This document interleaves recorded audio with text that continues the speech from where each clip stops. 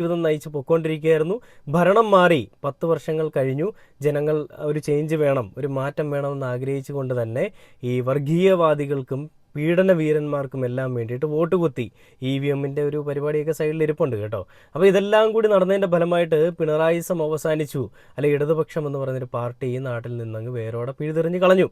അങ്ങനെ പോയി എന്ന് മനസ്സിലായ സമയം തന്നെ ആ പട്ടിണി പാവങ്ങളുടെ നെഞ്ചിലേക്ക് കയറി കുതിര കയറാൻ തുടങ്ങി VD സതീശനും VD സതീശൻ്റെ കാക്കിയിട്ട കാക്കി പട്ടാളവും എല്ലാം കൂടി. അപ്പോൾ അങ്ങനെയുള്ളൊരു കാര്യത്തിൽ VD സതീശൻ ഇന്ന് നിയമസഭയിൽ പറയുന്നൊരു കാര്യമാണ് നിങ്ങൾ കാണുന്നത്. അതായത് എവിടെ പോയാലും കള്ളം മാത്രം പറയുന്നൊരു മനുഷ്യനായിട്ട് മാറിയിരിക്കുകയാണ് VD സതീശൻ.